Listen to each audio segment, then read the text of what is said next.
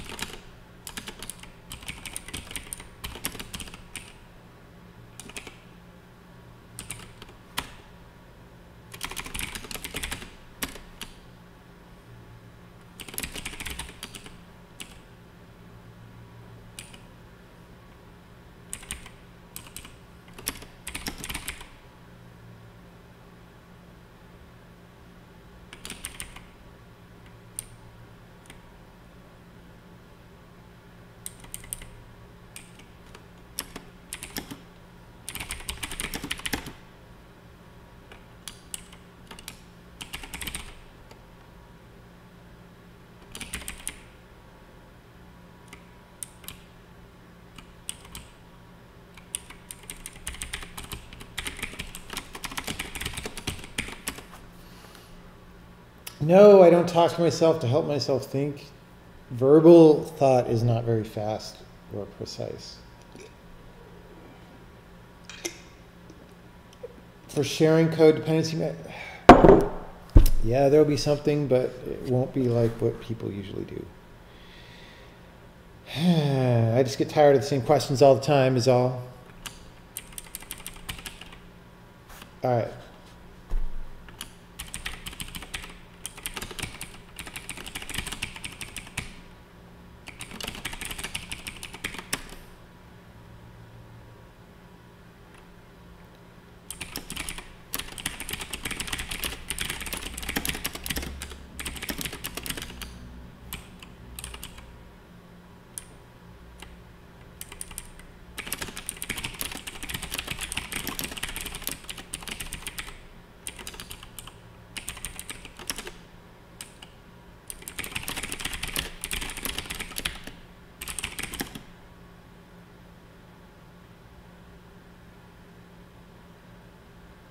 Builder, comma, info, string.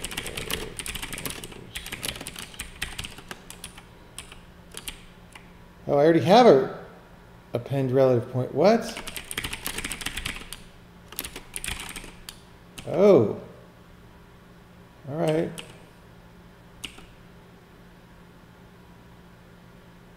Ha ha. It's so funny when I do things exactly the same way, months apart. Okay, so type of S is a string, S32.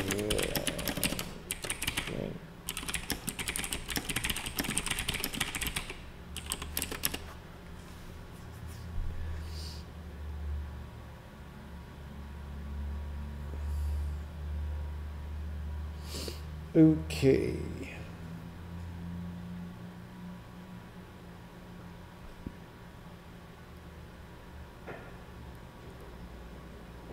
Now what? Well, I go to the next thing. So this program is working all the way down to here. It is not, however, working there. Whoops. So the data pointer of this string is null, which concerns me.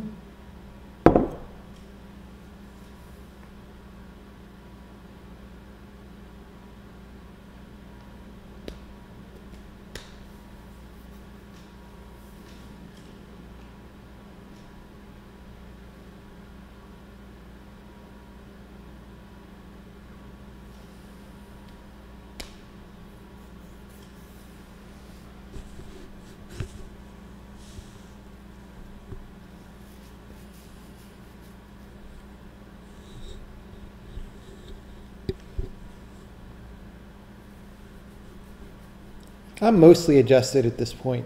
I'm a couple hours off, maybe.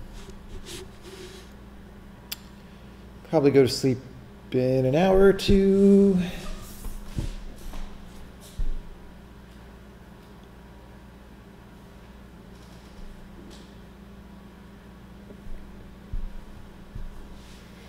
Right.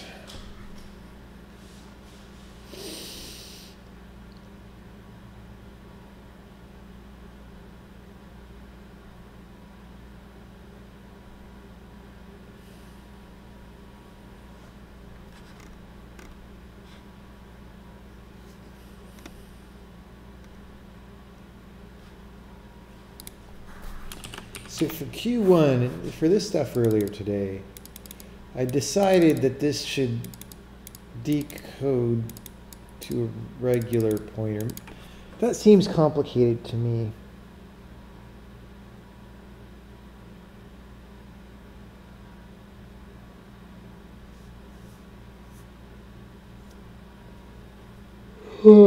Maybe that's not the right decision. But if I'm making that decision for relative pointers, I should make the same decision for relative strings.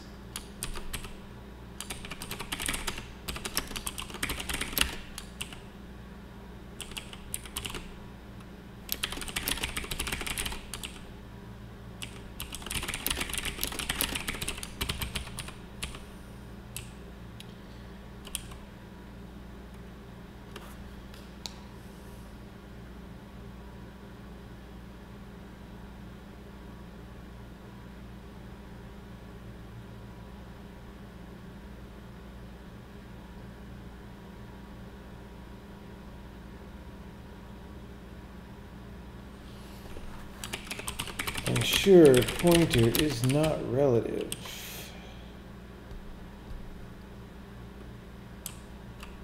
See, this already should do that, so that's not working somehow. We need to step in. We need to step in and look at line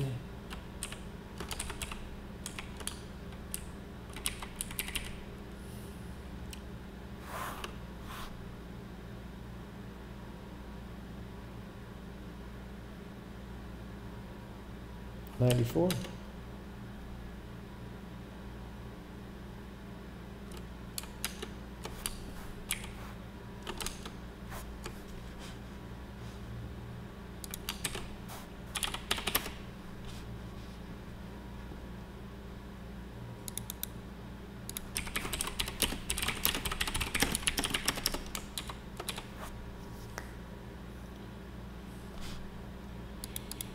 Let's see what's going on. That's in preload, that's in preload, that's in print.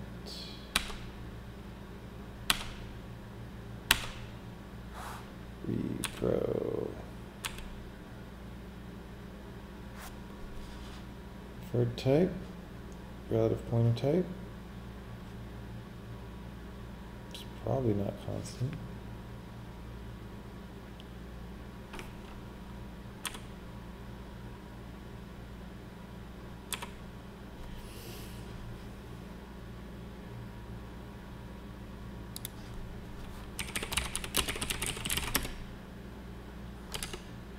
Oh, because we make it the empty string. Oh, man.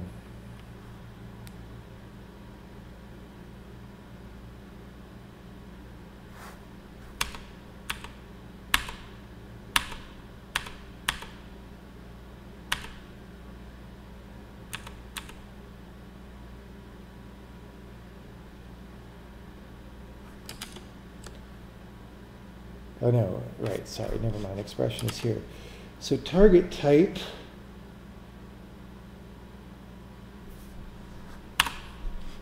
this is weird.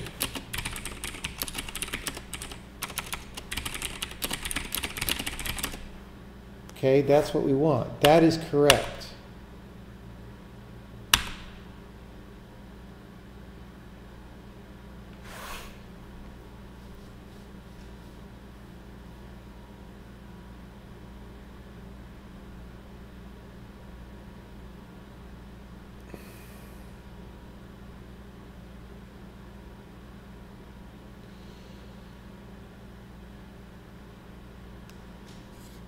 Except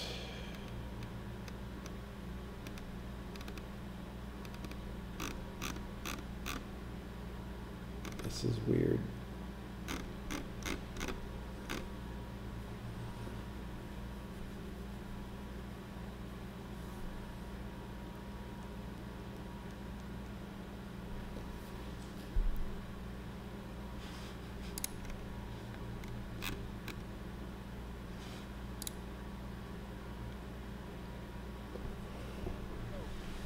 Ha.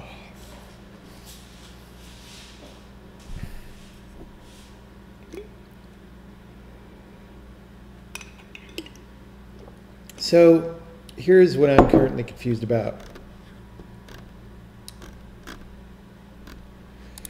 This is not necessarily doing the job, but that is because this code is not actually changing the type of this declaration.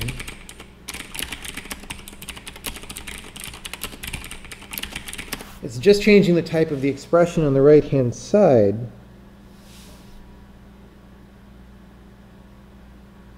Which I don't think is enough. I think I need to change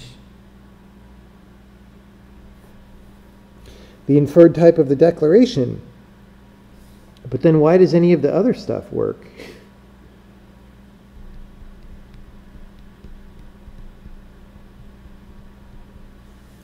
Why does any of the other stuff work?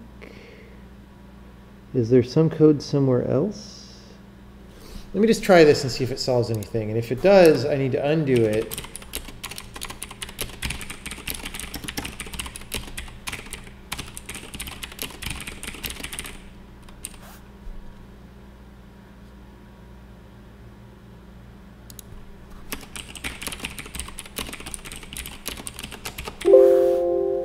So loud.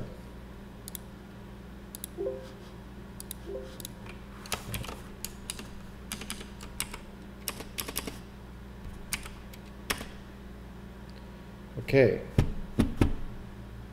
That appears to have solved my problem. Because before, this was a relative string and now it's not, right? So see that string? If I take this out, which I need to do to debug again,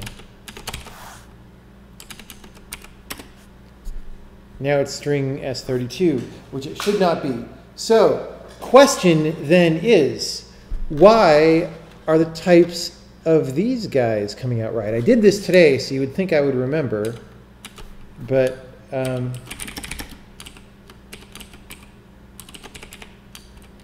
so now we're going to look at line 200.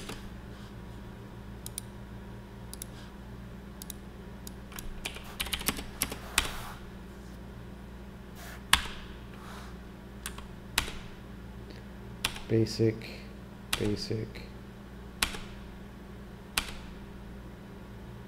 repro.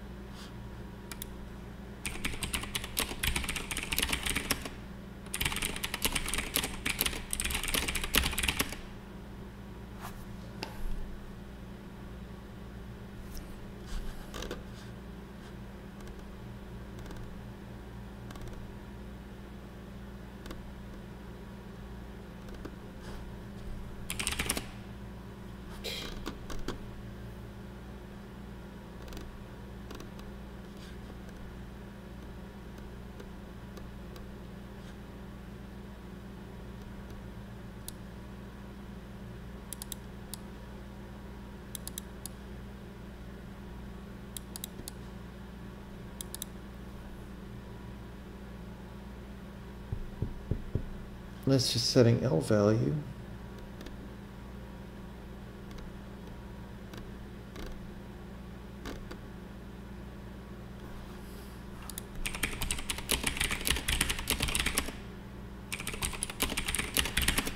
Right, okay, so there is no type inst.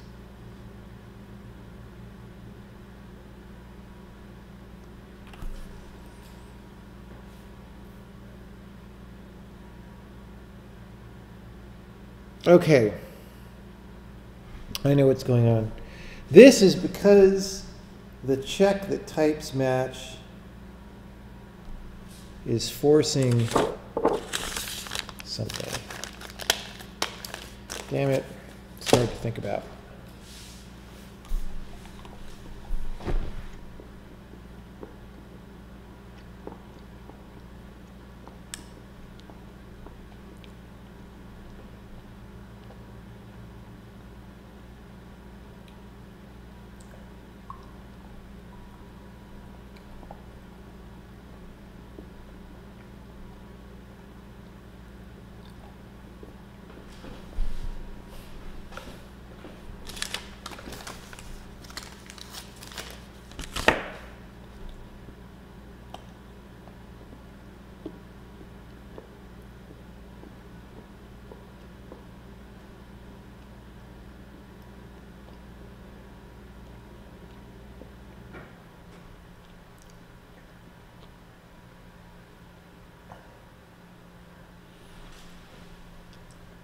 You don't need a visualization for why a variable is inferred to a certain type because it's tremendously simple. Well, the relative pointer thing makes an exception in the case of relative pointers, but other than that, it's just whatever's on the right-hand side, that's all. This isn't one of those languages that has very complicated inference.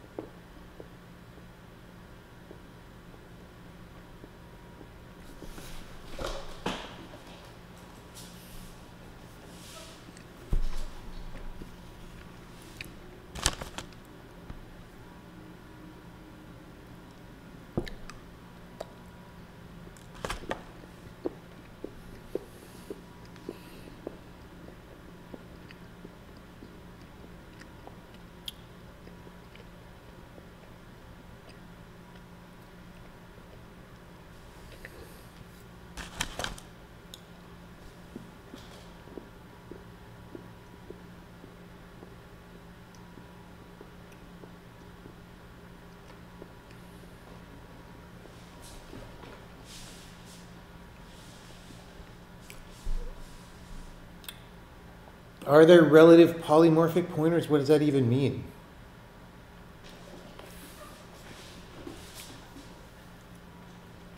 Polymorphic isn't a type of anything.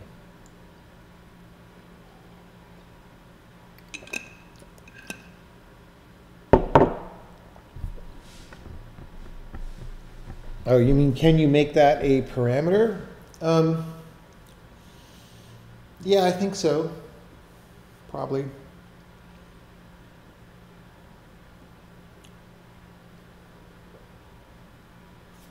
Probably. All right.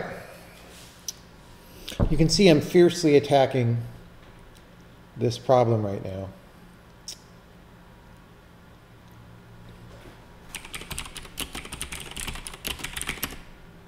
Okay, a cast was not inserted here. Okay. This is weird.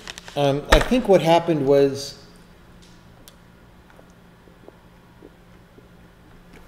these are working because the binary operator casts to pointer to void. Right. It's not because of this.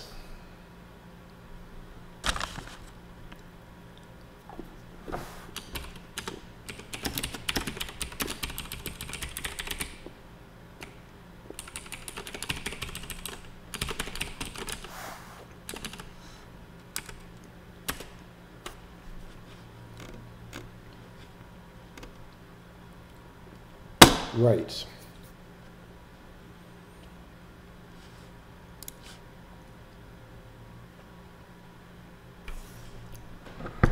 Question is,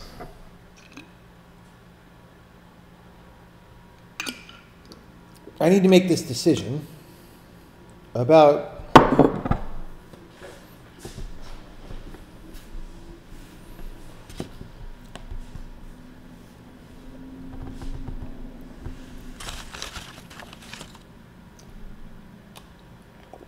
I just ate a whole giant peanut butter chocolate bar today, and a lot of other candies.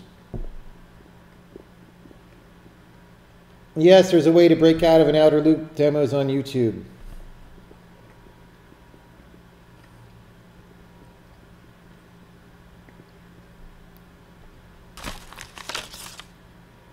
Um,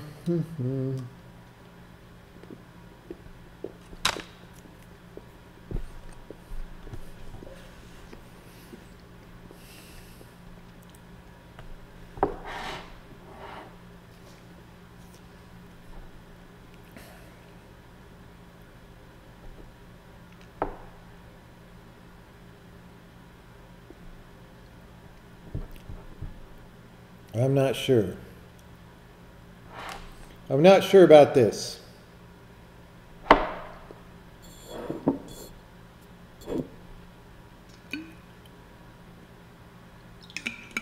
I am going to strip it down to the base type. And if that's the mistake, if that's a mistake, then so be it, and we'll fix it later once we have more experience using these features. All right. So now, oh, it didn't change it. What? Wait, what?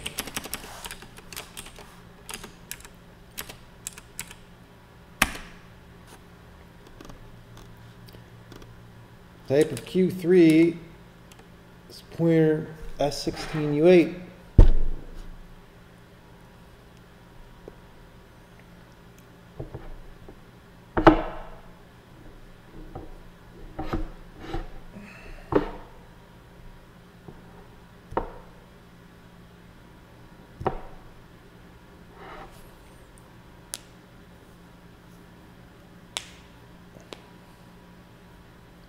Well, let's see what happens there now, then.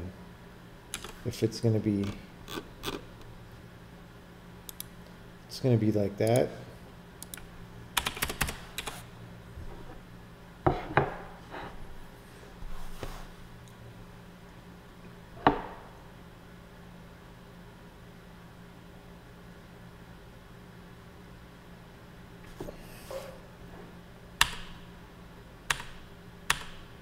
Huh. Inferred type. Oh, it's the wrong file. Wrong file. Okay.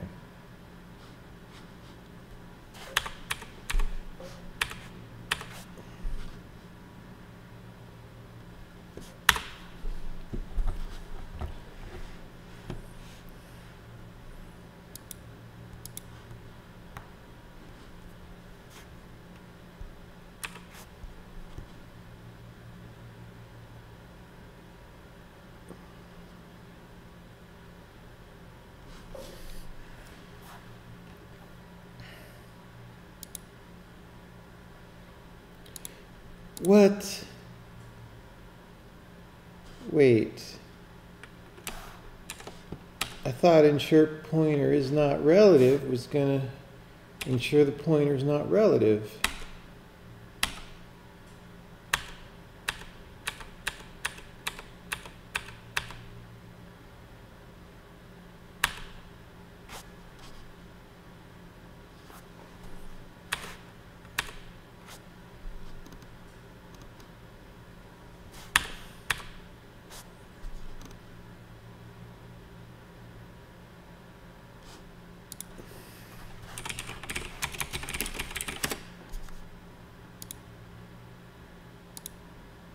Okay, 680.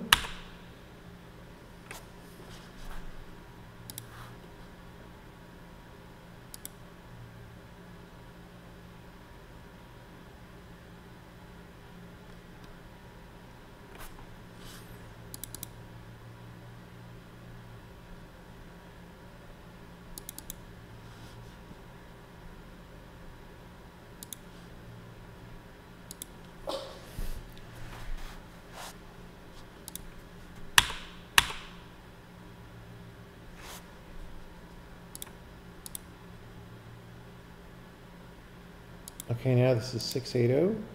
Relative pointer type is null. That's correct. But it changed. Oh boy. Oh boy.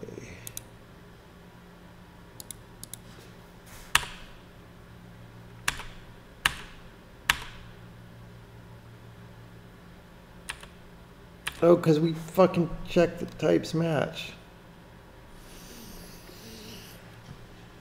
And that inserts a cast again.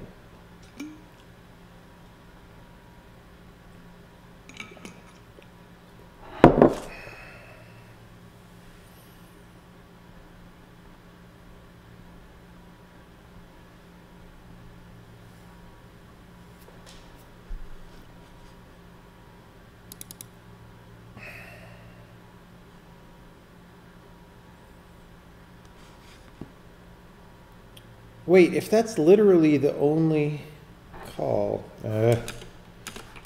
that's literally the only call. Maybe set relative pointer L value.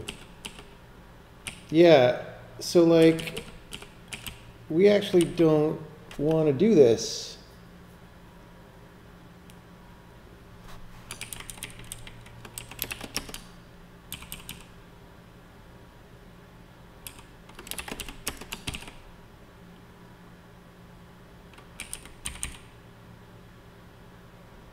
Wait, we don't want to do this at all.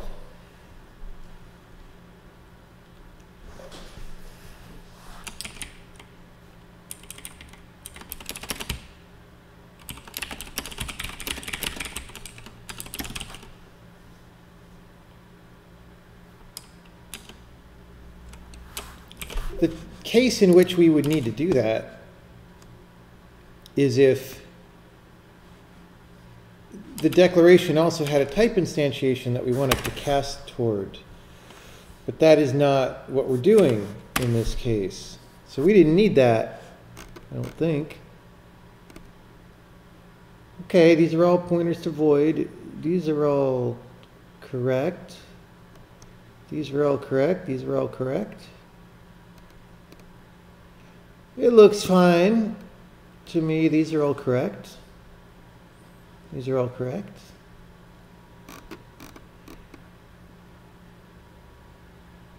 That looks correct.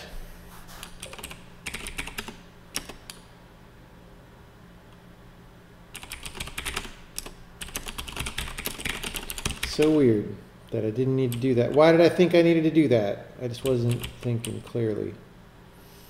Okay.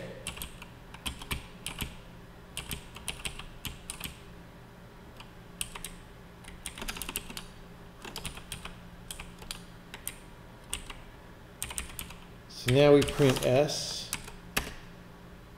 S is hello. That's good. Now it's... Uh-oh. Iterator over the strings ain't working though.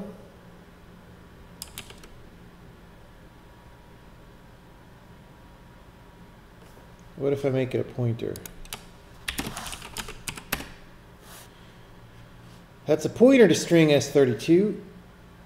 Oh yeah, we got to make our iterators do the thing.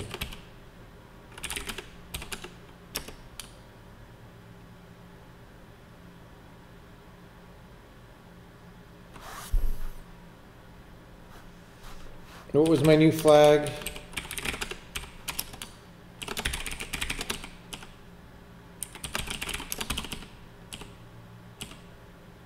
Auto stripping relative pointers.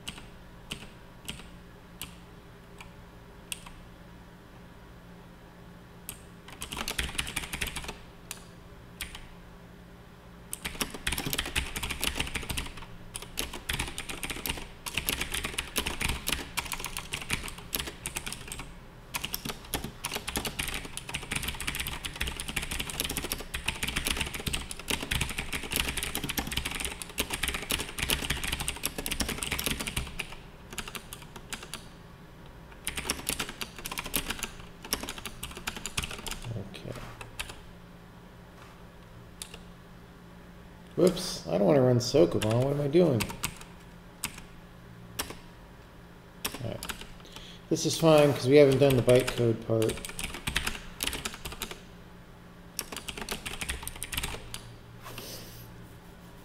Okay.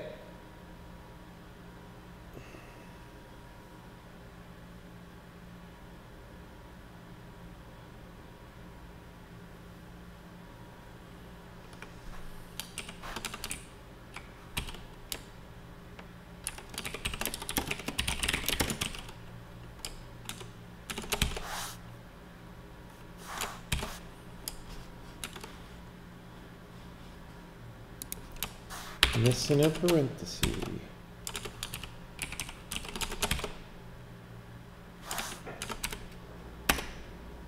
Hey, type of it is string. Should be string.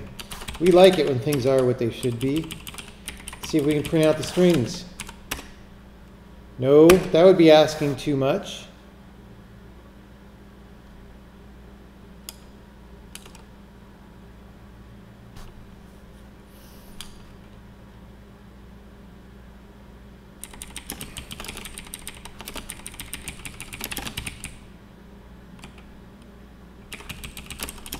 Can we do that? Yes. So this works. The by value doesn't work. Why? I don't know. We're getting there. We're getting there.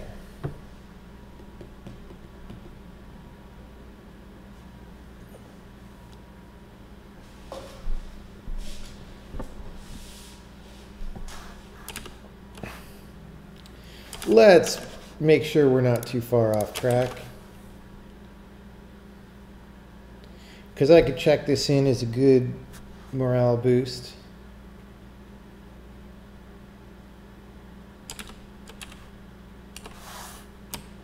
Sokoban.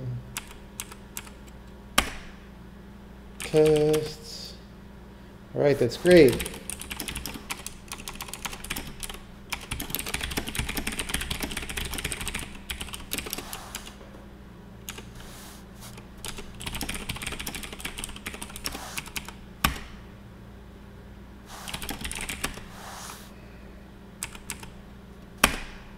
All right, well, who knows? I just updated the compiler, so who knows what I got now?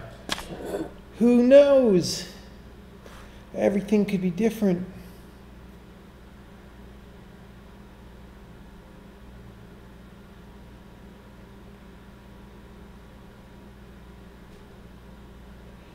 Most relative things are working. The one thing that I know of that's not working right now is iterating by value over an array of relative strings. And I have not started debugging that yet. Okay. So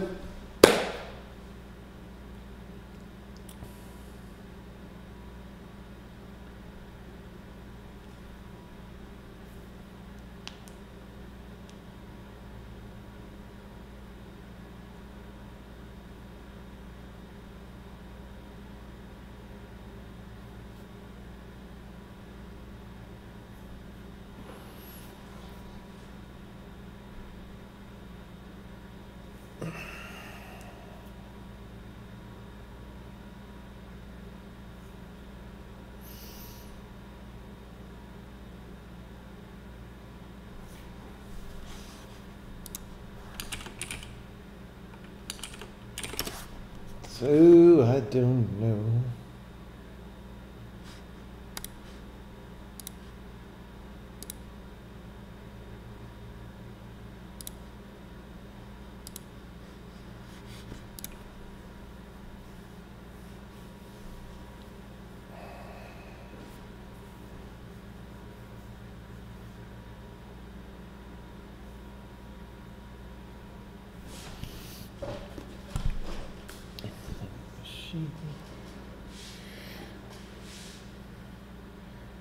Wouldn't you expect to get a pointer back if you iterate through a pointer array? What do you mean? This isn't a pointer array, it's an array of strings. It's an array of strings. Strings are not pointers. They are a struct containing various values.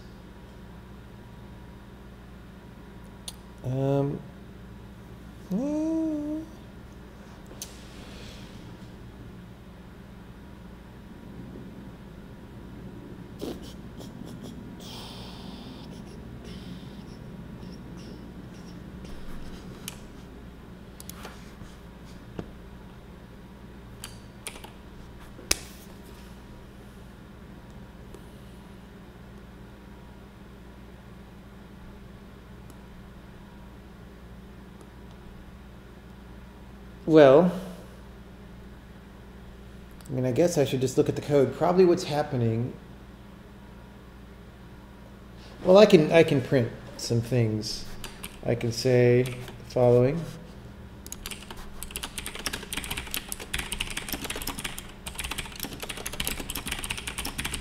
I mean, maybe it's crashing just from the iteration, but we'll see.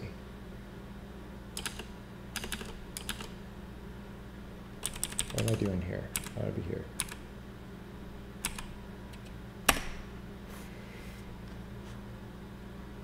Okay, that's super messed up.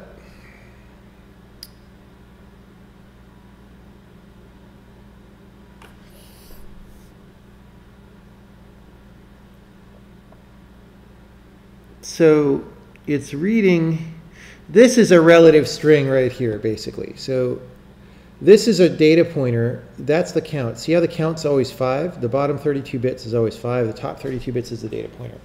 So it's just not coercing it. And now, yeah, remember when I did this thing, this stripping?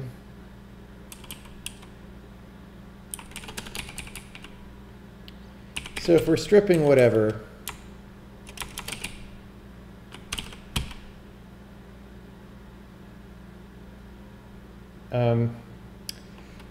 if it's a string, we got to do one thing.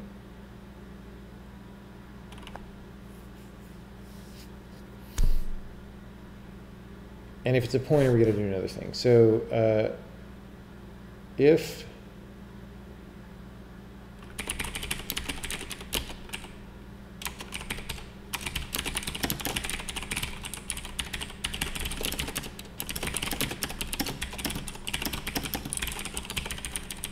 in both these cases, it'll have a relative pointer type.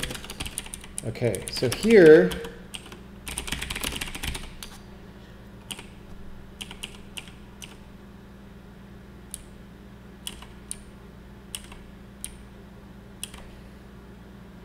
we got to do emit code for conversion to full-size string. Int revised equals emit code for conversion to full-size string. That'll allocate some stack space, I think.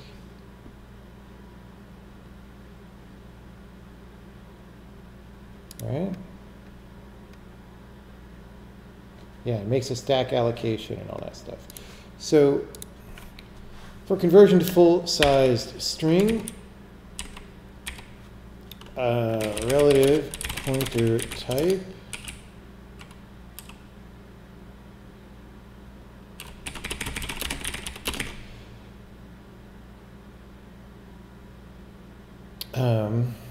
result and cite and result is revised. Right? So we unpack the string. We don't have a cite right now.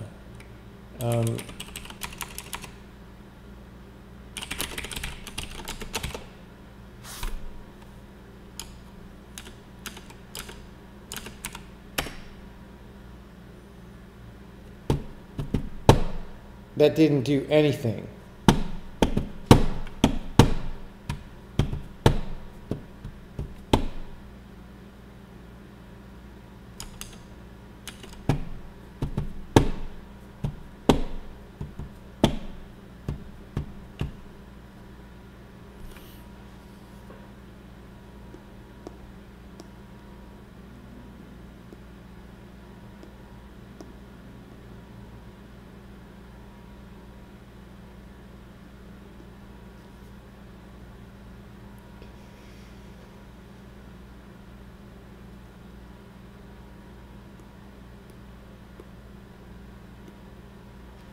Well,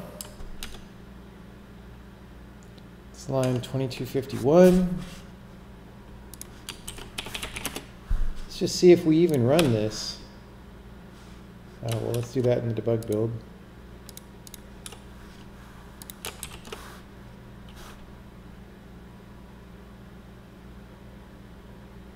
Yeah, I need to get back to RSS feeds, you know, because Facebook is just terrible now, and Twitter is just not a good way to find out about things often.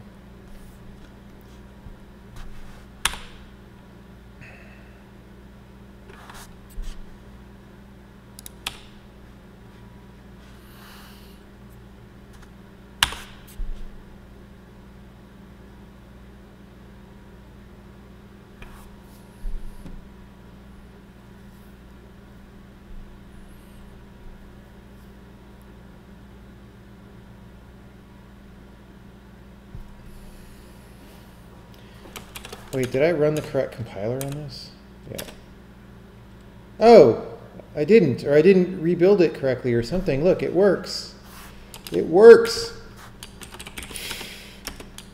Visual Studio, my butt. Okay, that's great. That is great. It's also great.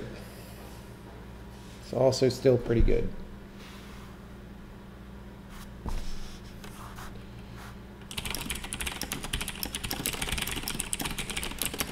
That's kind of what I had hoped to get done today. Or even, I wasn't even hoping to get that much done. That was much easier than I'd expected. I don't know, we could do random question and answer time now. Let me heat up some tea. And we'll have rant time. How's that?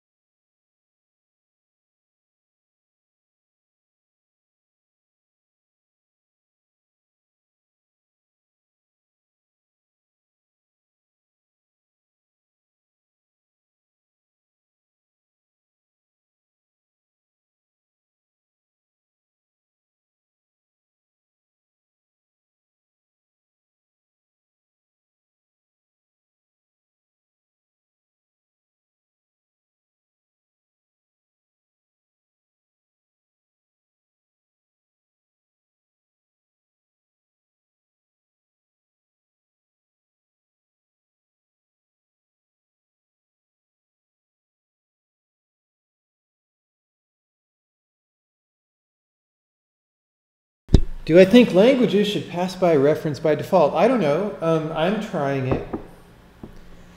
Anything bigger than 64 bits, or that's a struct, is passed by reference by default here, and we're going to see how that goes.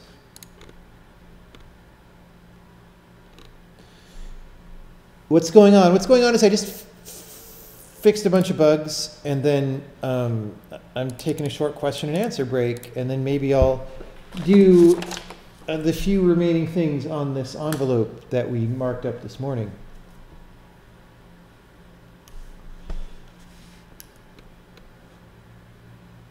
Oh, I'm glad that that video helped you. It's good to hear. It's good to hear things like that.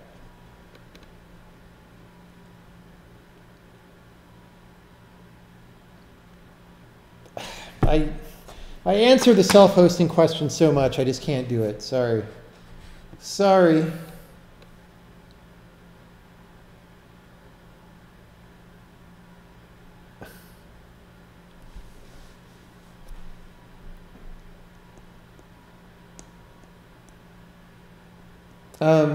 Someday maybe I'll put a frequently asked questions, and self-hosting will be on there because people ask it all the time. Yeah, I don't know. I said earlier today, maybe I'll start doing frequently asked questions, but right now I just can't motivate myself to do it. Will I be adding any write-ups to the blog? We'll probably post something on the Witness blog soon. Personal blog, I don't know. If I think of something. How do I handle strings? There's many YouTube demos that have strings in them. Yeah, you can look. Didn't Chandler say that it's almost always faster to pass by value or something? The reason he said that is because when you pass by value, you know that the thing is not aliased, and then that may enable optimizations that lead to faster code internal to that procedure. Now, our aliasing rules are going to be different from C++'s aliasing rules. I don't know exactly what they are yet, but they're going to be different because I hate C++'s aliasing rules. They're terrible.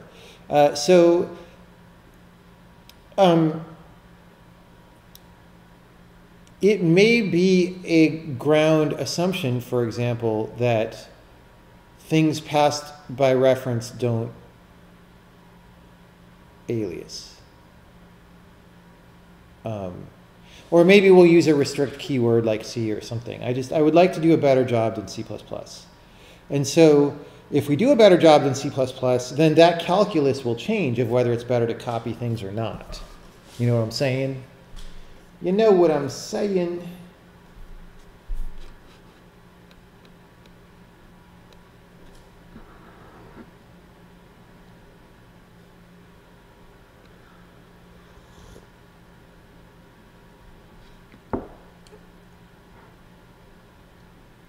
He gave an answer once, something along the lines that there's just no hope for web technology and it needs to be rebuilt from scratch. I agree that 99% of it is bad, but I look at the options of rebuilding it from scratch, very unlikely to happen, versus innovating, iterating it towards something better, more probable.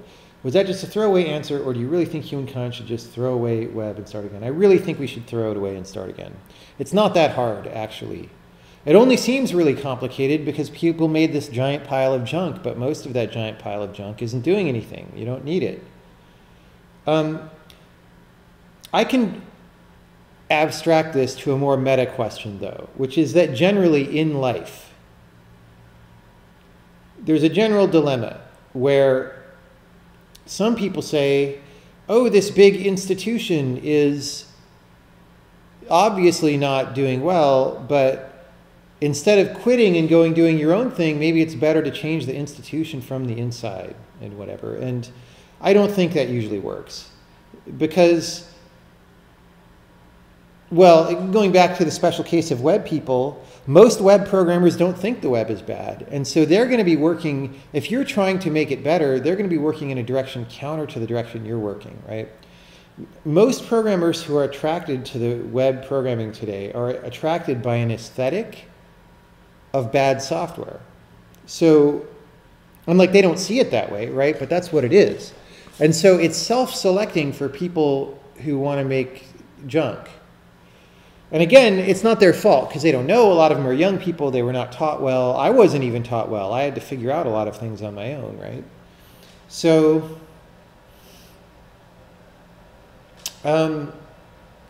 anyway, I have always been the kind of person who goes and does his own thing rather than trying to change the institution from within, which is why I am not on the C++ committee. I am making my own compiler, right? So that's just my style. You're welcome to have your own style, as everybody, of course, is. But I don't think that trying to change giant, sluggish, bad idea from within things ever really works. Unless you're content with very negligible or very tiny, not negligible, but very small levels of overall change.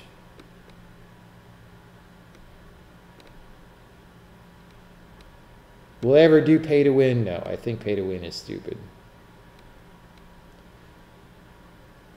Do I think that the community needs a new game framework more than new language? No. I don't recommend using those in the first place, so I don't think we need more. Any particular language feature ideas to make multi-platform development easier? I mean, haven't I talked about that in all my demos before? I kind of think I have. You can go watch those if you haven't seen them all.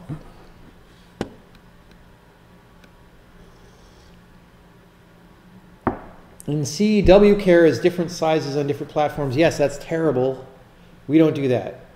Strings are always, you know what size a string is from its written declaration. We'll put it that way. So non-relative strings are always 16 bytes, and you know, relative strings are the corresponding smaller size. Yeah, guys, don't spam the images or I'm going to start muting people, please. Seriously. No, we don't like raids here. Raiding is not okay. I mean, you're welcome to come and hang out if another channel sent you here, but like spamming the chat is not welcome. Our local Twitch culture on this channel is different from the culture of much of Twitch. All right? Let's put it that way.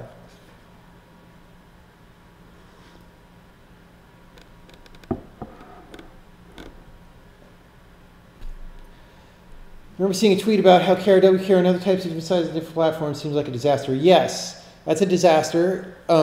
Even on Windows, you can compile your program different ways. And well, there's a thing called tchar in Windows that ends up being wide or not wide. It's just a disaster. It's worse than you would even guess on Windows. Let me put it that way.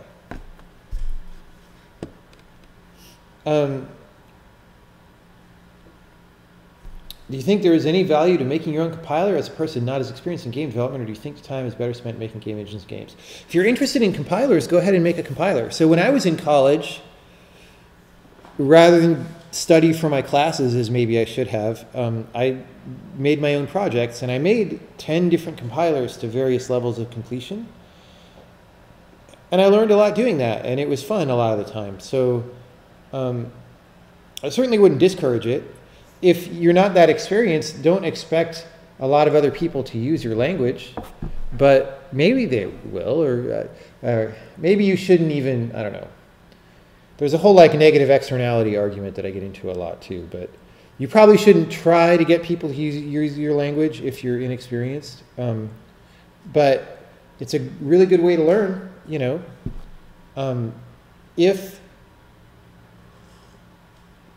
If you want to work on engines or games instead, work on those. You know, I'm cool with all of it.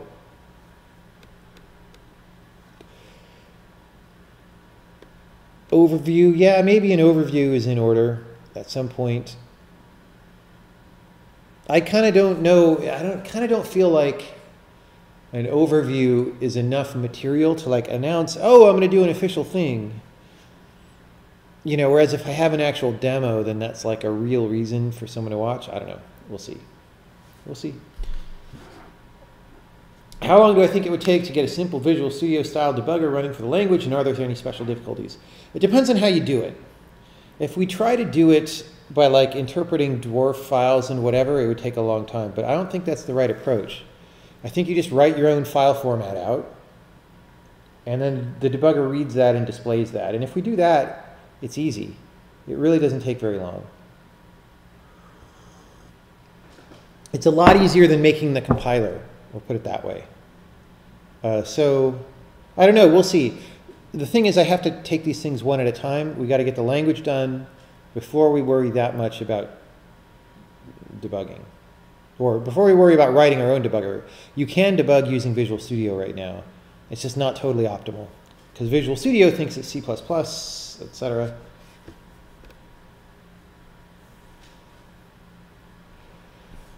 You bid on managing your depth first versus breadth first search approach to time management was a godsend. I don't remember exactly which video that was, but I'm glad it was helpful.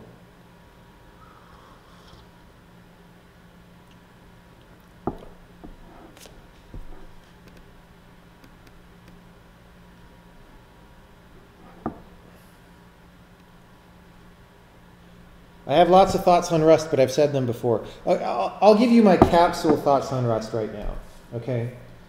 On the one hand, I think Rust does two things that are good.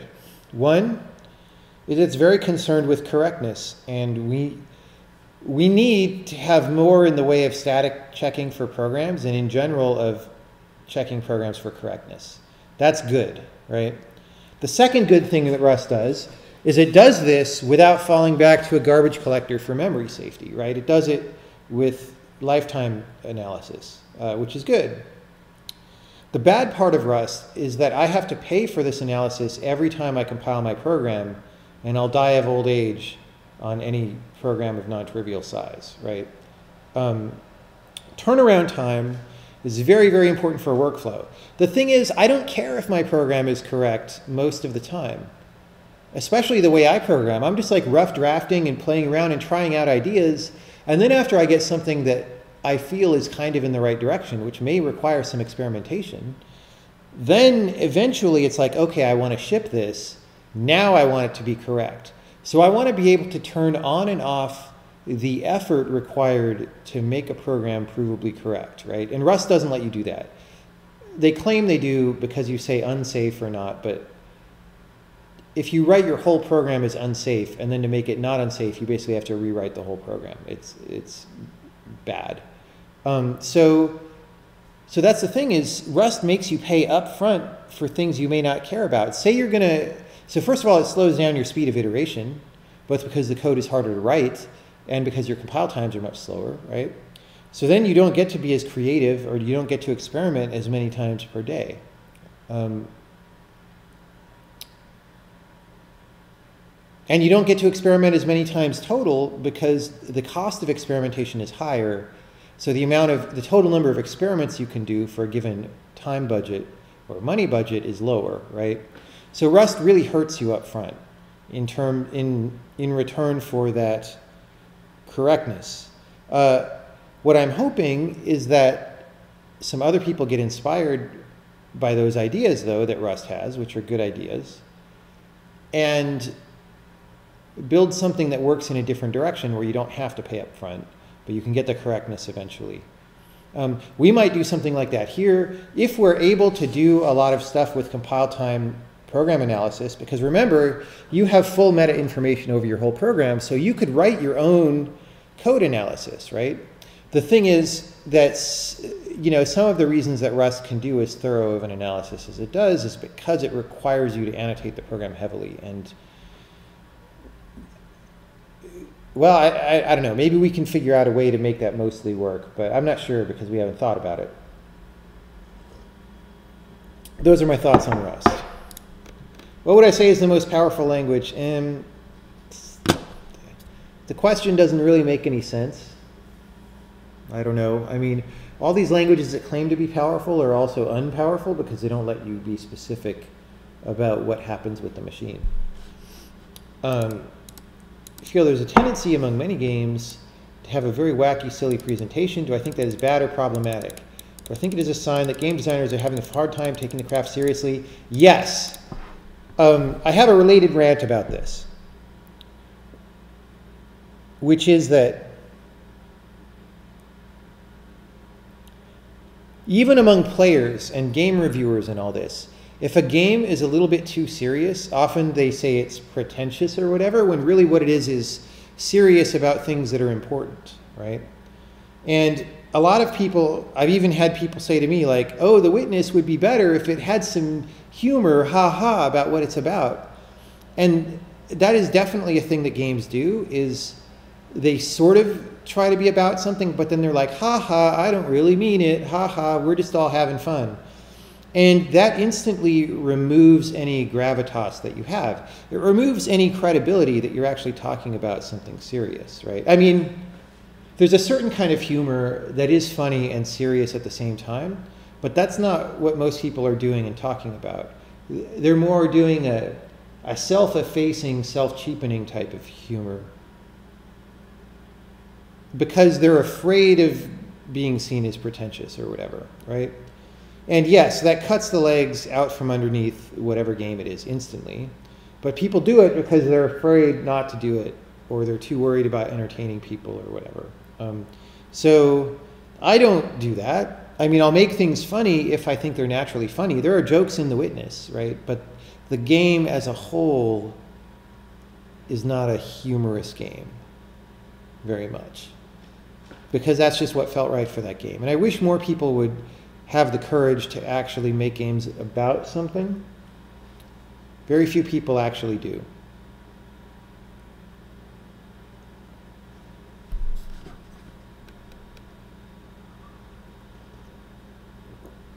How much of your ability or proficiency in programming would you attribute to natural ability, intelligence, or hard work practice? I don't know. I definitely think there's such a thing as natural ability, and I think there's such a thing as intelligence. But I also know that hard work is very huge, right? These are all ingredients. And I mean, I obviously can't tell you where I would be in life right now if those ingredients were mixed a little bit differently. And a lot of life is random, right? A lot of it is fortune and opportunity. So I might, if you change nothing else and just roll the dice slightly differently, I might be doing tremendously better, or I might be starving and dead right now. So I don't know. I think however much natural ability or intelligence you have, it's probably better to work hard than not to work hard, right? So in a sense, from the viewpoint of the individual, it doesn't matter how much each of those things matters, right? What actually matters is just how hard do you work, because that's the variable you have control over. And I think, you know, like, what is intelligence? I think a lot of intelligence you're born with, but there is such a thing as developing your intelligence. Like, there is such a thing as becoming a person who thinks more smartly and reacts more smartly to what they see in the world. That may or may not be IQ intelligence, but definitely there are dramatic, in terms of learning how to think and learning how to mentally respond, there are tremendous improvements that people can make over whatever they're born with, right? So I guess that's also a parameter that you have control over. So I think you just maximize the things you have control over and don't worry about the things you don't have control over. What tools am I personally interested in implementing after the 1.0 release? Well, a debugger and a profiler and a program visualization tool, which may or may not be the same thing as a debugger.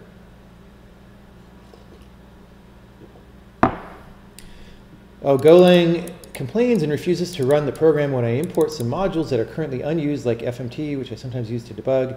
Yeah, that's horribly annoying. Like, you should have a ship mode that detects those things when you press the I want to ship button, but it shouldn't bother you with that from day to day. I think that's terrible. What do I use to compile and debug? Visual Studio, Visual C++.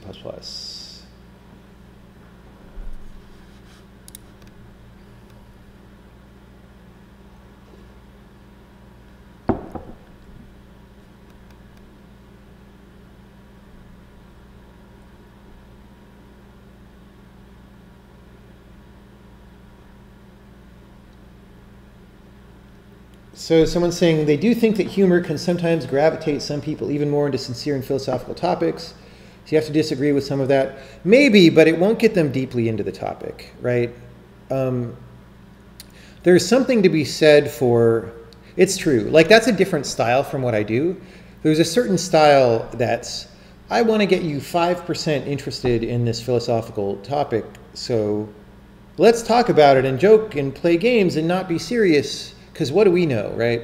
And that's, I mean, you know, that's a thing that people do, but I'm interested in going more than 5% into the topic. I'm interested in going as far into it as I have the ability to go. And you can't do that if you're cutting your own legs out from under you all the time, right? So it won't let you go beyond a certain depth. And I'm interested, broadly speaking, in games about going as deep as possible. That's what I'm here to do.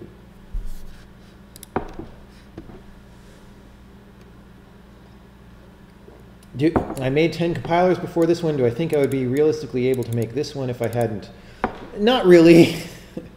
But also, even 10 compilers was not enough, because if I did this, you know, 20 years ago as number 11 or whatever, it wouldn't be as good as it is today, because I also have a lot of experience making big, complicated games and stuff like that. So all my experience is going into this, not just my making compilers experience.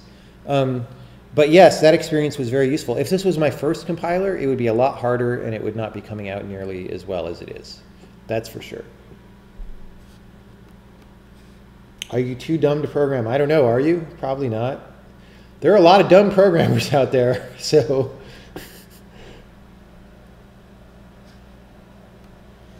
Do I think that making suboptimal games is getting too easy now that the world is flooded with not very good games? You mentioned that there are too many games on Steam, that good games is getting hard time getting discovered. Is that a good thing or a bad thing? I don't know. So you can take something that's very easy, like anybody can write poetry. And because of that, almost all poetry is terrible, right? And because of that, it's very hard to sell poetry. And it's very, very hard to get people to read poetry because they're just not that interested, right? Because it's so easy to come by. That doesn't mean that poetry is bad. And it doesn't mean that there isn't good poetry being written that isn't well worth reading. It just means that it's so hard for you to find that good luck, right? I mean, unless you go back and read the things that everybody acknowledges as classics, but that's not new work, that's old work, right? So, you know, games isn't that far gone yet, but it's going that way, and there's probably no turning it around, so I'm not sure you can really see that as good or bad. It's good because people get to exercise their creative abilities in this form. It's bad because most people aren't actually that creative. Or they're afraid of being creative or something. Or their idea of creative is not real creativity, it's like random wacky ideas. That's my pet peeve, is people who say, I'm creative, and it's just random wacky ideas. That don't really work together. That's the thing, right? So I don't know. I mean, it's good and it's bad, just like everything. So we just have to see where it goes, right? Have I moved all company projects to this language? No. No. We are doing other stuff in the Witness engine probably as well.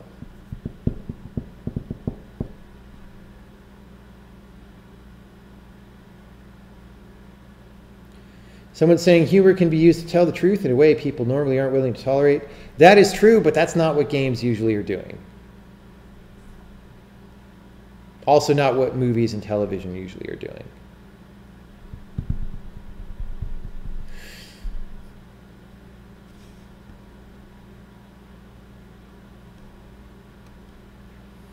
Do I have interest in developing multiplayer games? Yes, and I have in the past, and I probably will in the future.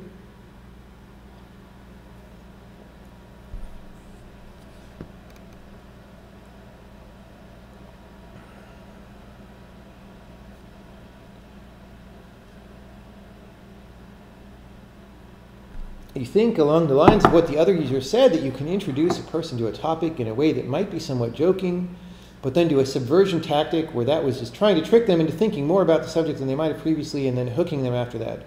Well, if you hook them and then go deeper, then that's great. But that's not what games are doing, like I said, right? That could be a useful tactic, sure. You'd have to be very skilled to pull that off. But maybe you could do it. Because being funny in a good way is hard. And being serious is also, in a good way, is also hard. And those are separate skills. So having both of those skills is harder. Having both of those skills simultaneously and putting them together into something that works simultaneously is harder than doing either one separately, right? So that's a general rule about everything in life. So you could do it for sure. It's just that's not what any of these games are doing. But I agree that that would be interesting.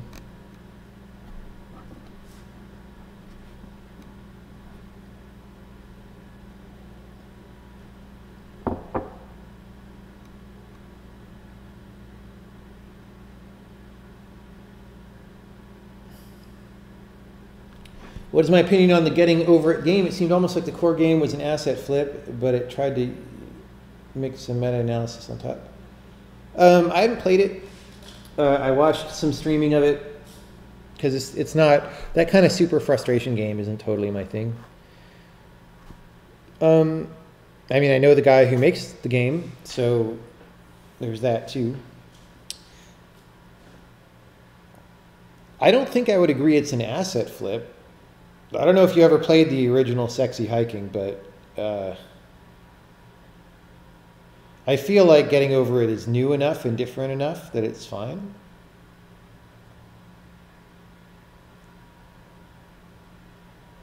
I mean, with a game that simple, what there is to it is basically the map and the dynamics of the guy. Right? This is the whole game.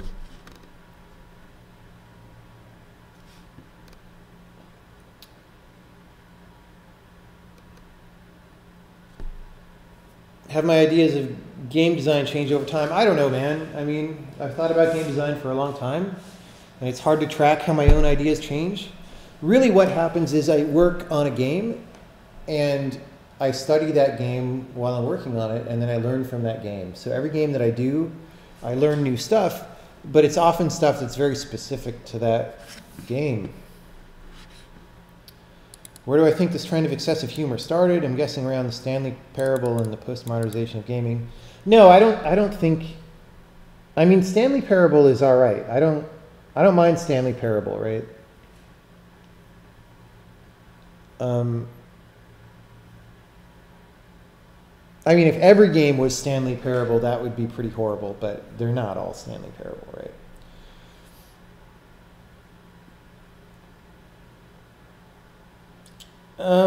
I mean, I think this trend of excessive humor started a long time ago, like maybe in the 80s or 90s. It's hard to, I mean, you would have to be a game historian to figure it out. But I also, you know, I think it comes, I think most of the more insidious parts have come from movies. There's a way in which movies are insincere that, and because games take movies as such big role models, we've sort of adopted a certain flavor of insincerity that's not exactly the same as the movie flavor, but it seems close to me. 2 fish fillets games. I don't know what the fish fillet games are.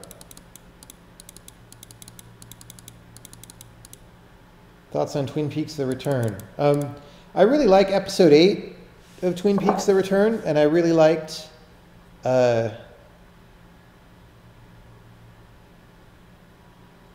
Wally. I wanted Wally to be in the show more. Some parts of it I thought were pretty bad, or not exactly bad, but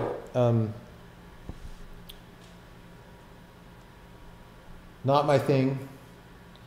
There's some stuff that was started really fascinating and then I think ended not well, and I would have done really differently if it were me. But they were also probably in a tremendous rush to finish that show and didn't have time and stuff. You got to respect it, right? It's creative, it's interesting. You know, you got to respect it even when some of what it does doesn't work. Oh, and Candy. Dude, Candy is my favorite character in a long time. Candy's awesome. So Candy, favorite character. Wally, it's hard to call him second favorite character because he's like a parody character, but, you know, Um,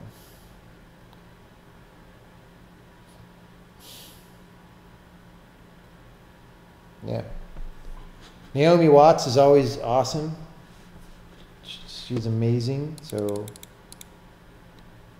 if I've been thinking about writing a book, I've got too much going on to write a book.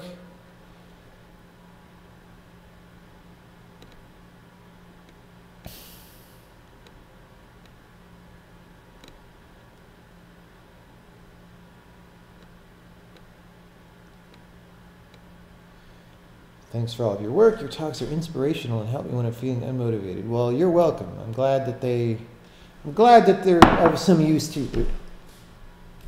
For sure.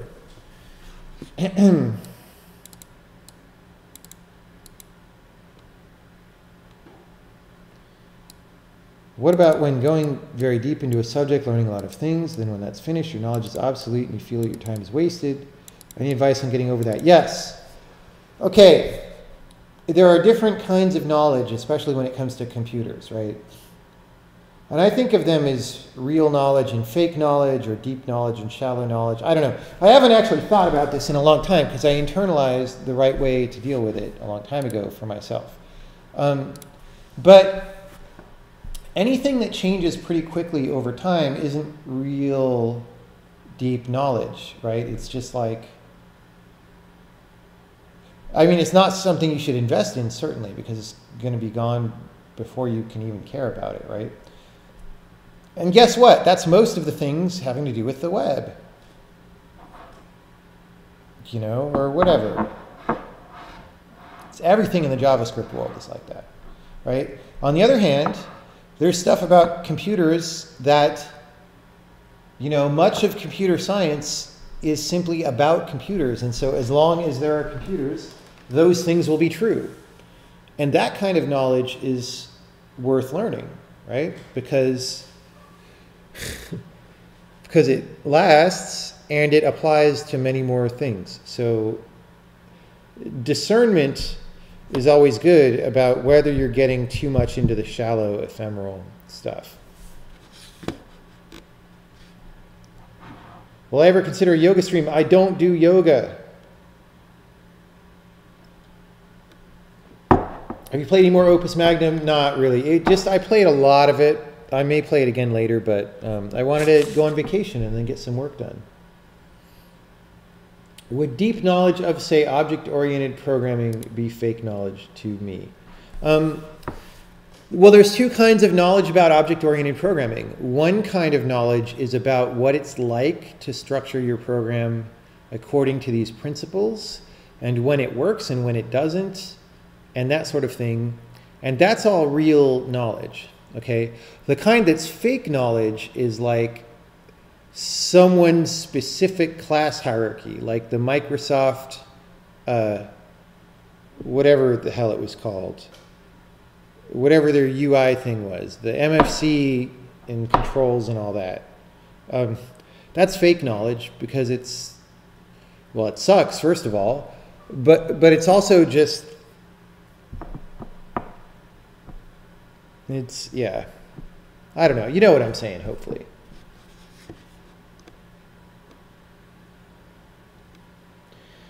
It is true, there's also a lot of cargo cult knowledge in computing, right? Computing is supposed to be scientific, but almost everybody makes almost all of their decisions religiously. So there's that. How do I deal with distractions like Twitter, Reddit, news, etc.? Well, the real thing is that I actually fundamentally want to get work done. So there's a limit to how much I'm going to get distracted, because after a while I'm just like, oh, I'm just reading crappy websites. So why don't I go do something real now? Like, that's a fundamental impulse that I have. So that's always going to save me no matter what. So if you don't really want to be doing the work, then you'll be driven to distraction much more easily. But then on top of that, I mean, I'm just cutting down lately because obviously the quality of interaction is terrible, and I regret most of the time that I spend on social network kind of things or reading bad news articles, right? So sometimes now when I go to a site like Hacker News or like, I don't know, clicking a link off Facebook, and I realize I'm reading a stupid blog article that very little care has gone into, I instead say, no, I'm going to turn around and I'm going to go grab that book that I'm in the middle of reading and continue reading that book, right? So if you recognize what's happening and then you change what's happening, then it's pretty good.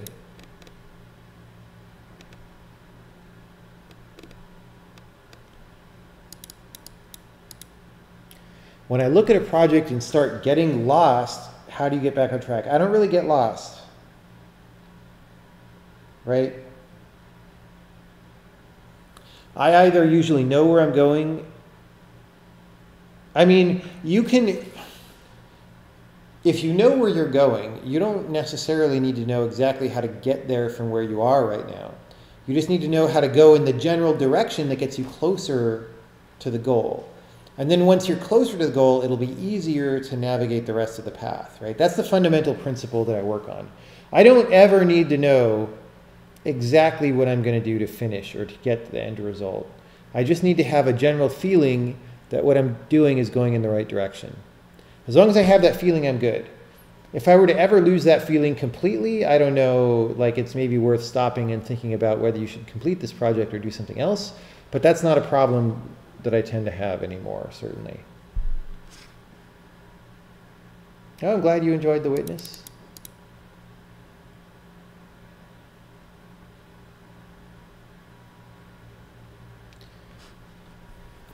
Should I try to program anything more, or should I go home?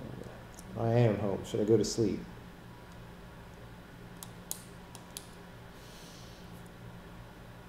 I might be a little tired to try to do some things correctly. Oh, no, one of these things I already did, which is testing the array of relative pointer strings.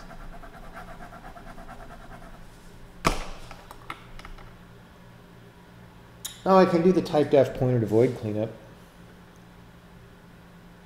I already played PUBG for a few hours tonight.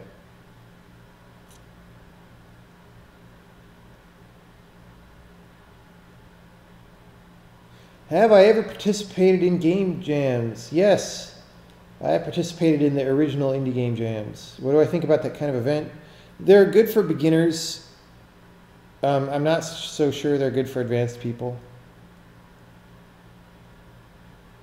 I didn't play PUBG on stream tonight. I played off stream. Have I played Fortnite Battle Royale? No. Fortnite just does not appeal to me on a fundamental level. It might be a perfectly fine game. I'm not that interested in it. I've never been interested in it since the original trailer. So, yeah.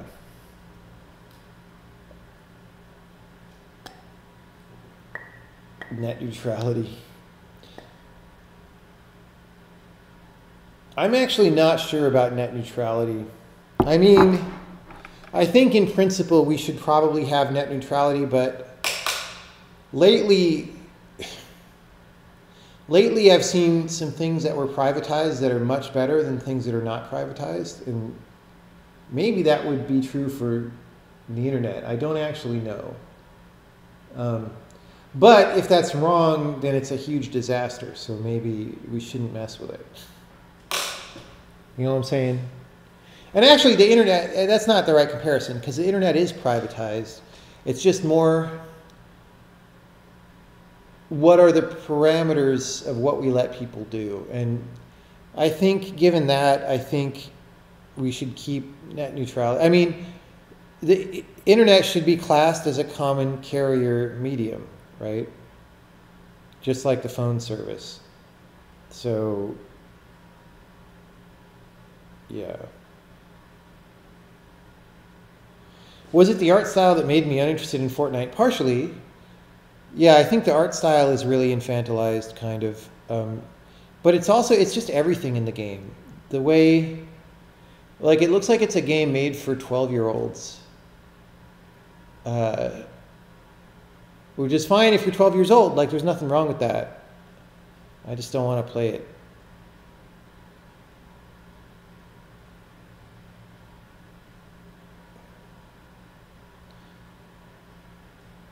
Why would people call SWAT on me for wanting net neutrality? It doesn't make any sense.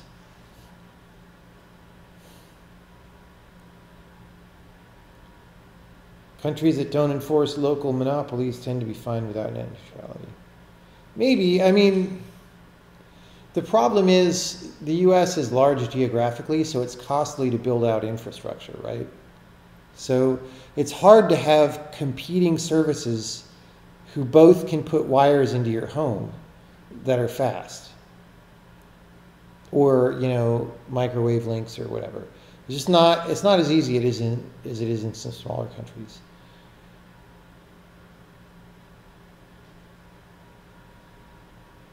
Do I have any other passion other than computer science? I like dancing a lot. Have I seen Manifold Garden? Yes, I have.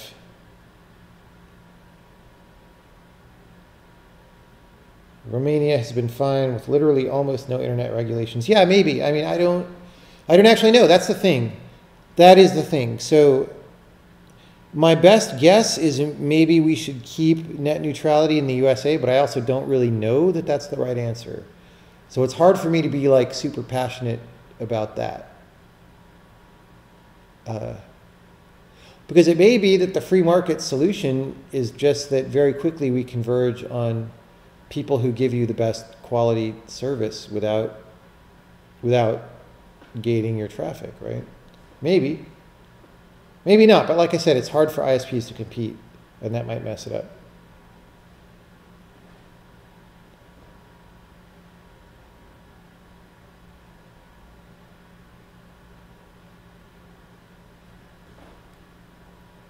People have called SWAT on streamers like Ice Posey, and I don't know who that is.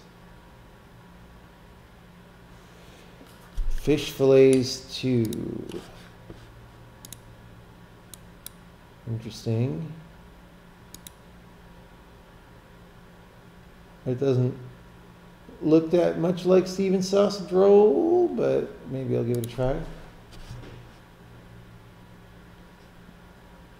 What do I feel about interpolated strings? I do not think they are the right idea because they make internationalization hard. And why would you do that?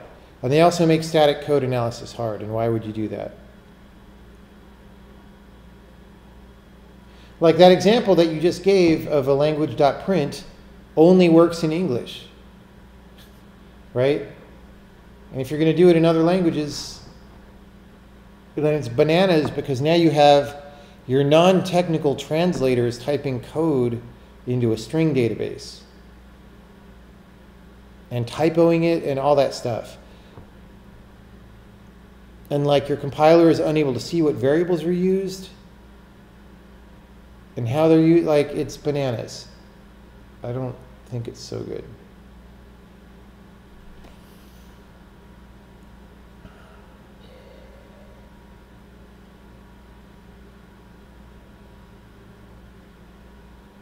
English is the only language. All right, well.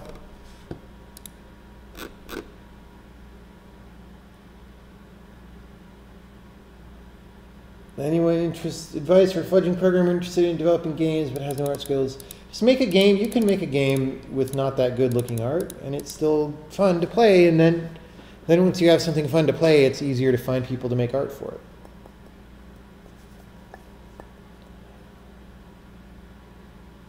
How hard is internationalization in general? I don't know. I mean, I've never done the actual translation part. I've done all the technical parts, and that's not that hard, really.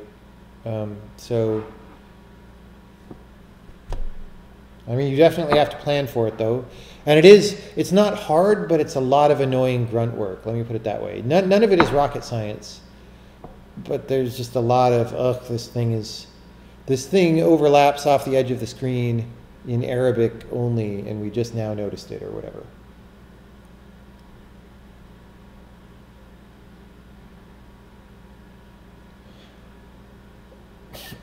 I think D is mostly better than C++. I don't know what the better C compiler switch does.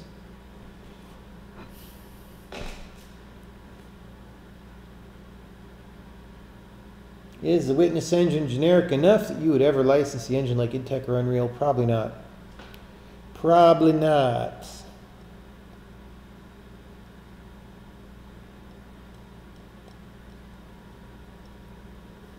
Probably not.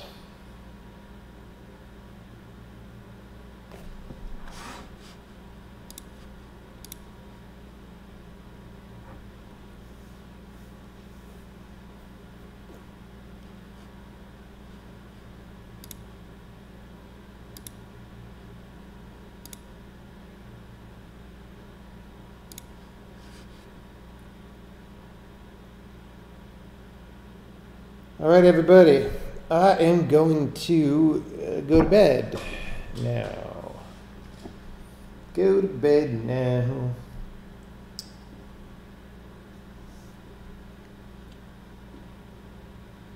But we can do more questions some other time. Thanks everybody for stopping by. And I'll see you later.